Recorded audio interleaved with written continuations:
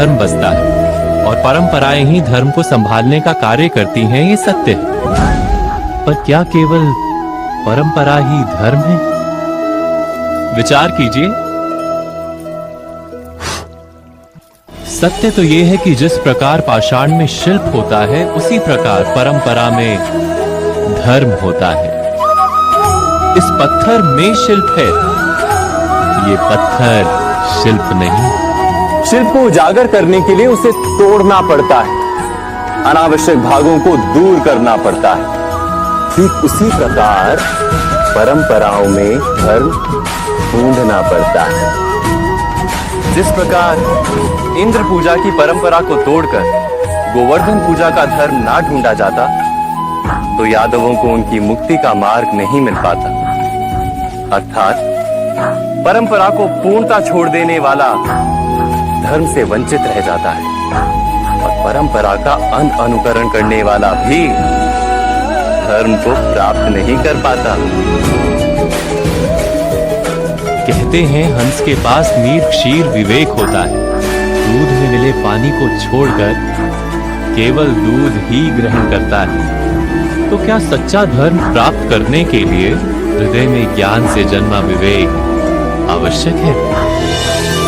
और ऐसे विवेक के बिना जिसे धर्म मान भी लिया जाए, जो वास्तव में धर्म ना भी हो, ऐसा भी तो हो सकता है। स्वयं विचार कीजिएगा।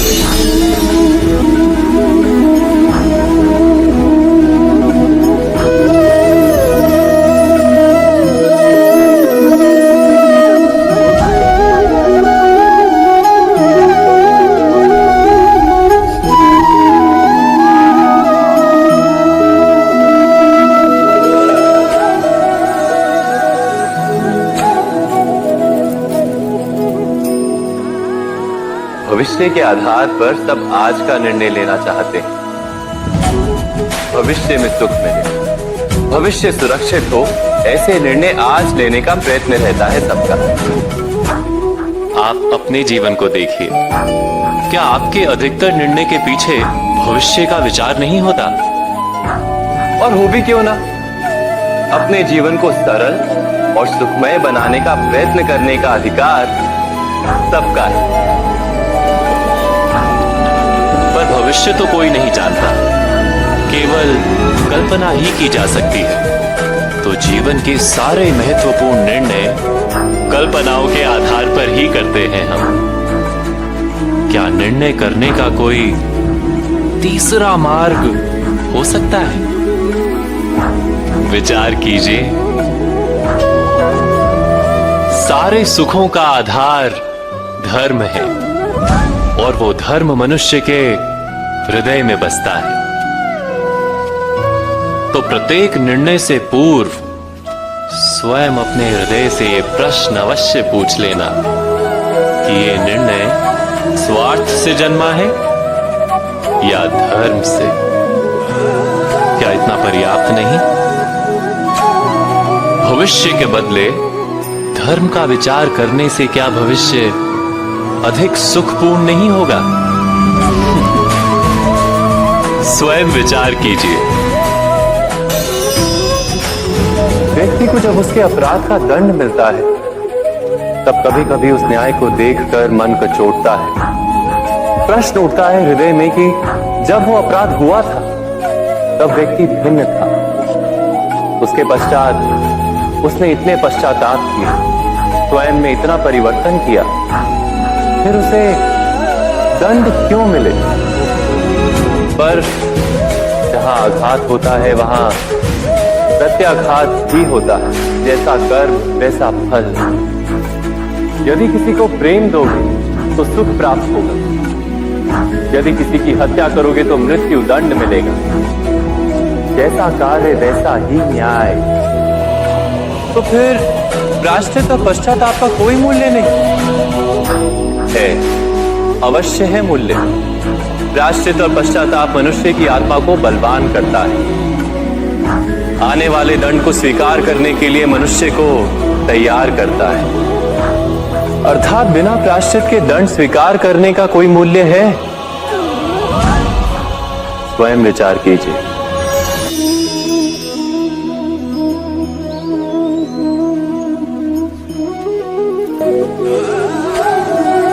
जब अपने किसी अच्छे कार्य के उत्तर में दुख प्राप्त होता है अथवा किसी को उसके दुष्ट कार्य में सुख मिलता है, तो मन अवश्य ये विचार करता है कि अच्छा कार्य करने का, धर्म के मार्ग पर चलने का तात्पर्य क्या है।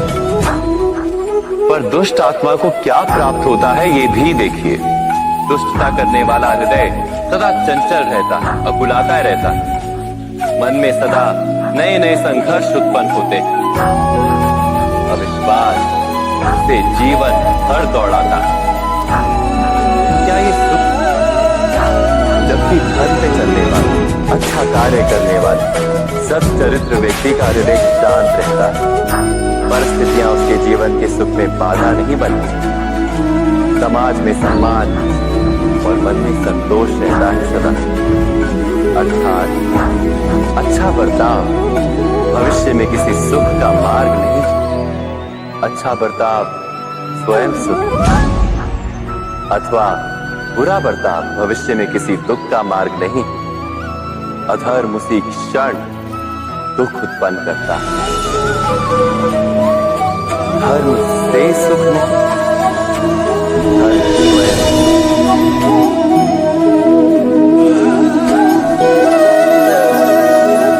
सत्ता की लालसा सबके हृदय को घेरे रहती है। प्रत्येक व्यक्ति अपना एक राष्ट्र निर्मित करने का प्रयत्न अवश्य करता है। फिर वो राष्ट्र गुरु राष्ट्र की भांति बहुत बड़ा हो या फिर अपने परिवार तक सीमित हो, वो सत्ता प्राप्त करने का प्रयास अवश्य करता है। किंतु सत्ता का वास्तविक रूप, एक मनुष्य जितने अधिक लोगों के जीवन को प्रभावित कर सके, जितने अधिक लोगों के जीवन की स्वतंत्रता पर अंकुश रख सके, उतनी ही अधिक सत्ता का अनुभव करता है वो। सत्ता का वास्तविक रूप ही है अन्य के जीवन पर स्वयं का प्रभाव। किंतु क्या वास्तविक प्रभाव प्रेम, दया, करुणा और धर्म से निर्मित नहीं होता? जब भी मनुष्य कठोरता और अधर्म से सत्ता प्राप्त करने का प्रयत्न करता है, तब वो दूसरों के हृदय में विरोध अथवा विद्रोह को जन्म देता है। और परिणाम कुछ इस प्रकार। हाँ, कुछ समय के लिए वो स्वयं को प्रभावी और शक्तिशाली अवश्य पाता है, किंतु वो वास्तविक सत्ता नहीं। यही कारण है कि भृगु और वशिष्ठ जैसे ऋषियों की आज भी पूजा की जाती है, रावण और हिरण्यकशिपु की नहीं। इस पर तो आप विचार अवश्य करें। सत्य कहा ना?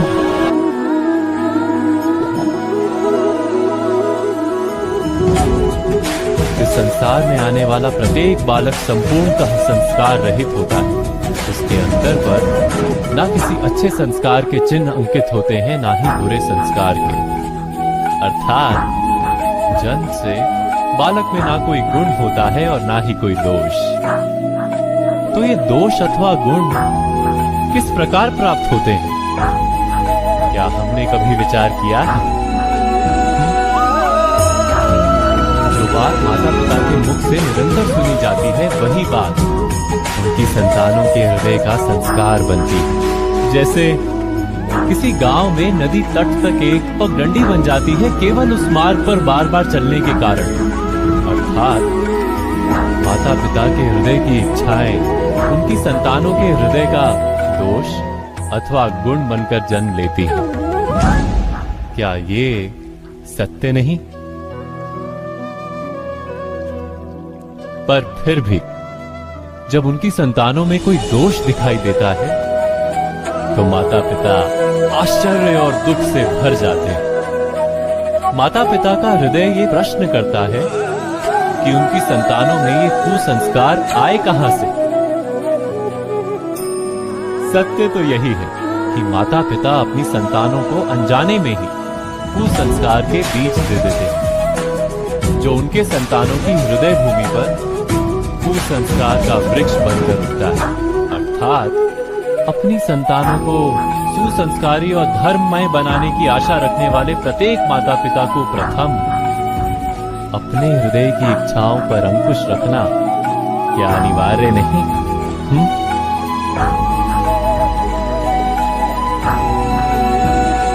प्रत्येक माता पिता इस पर विचार अवश्य कीजिएगा।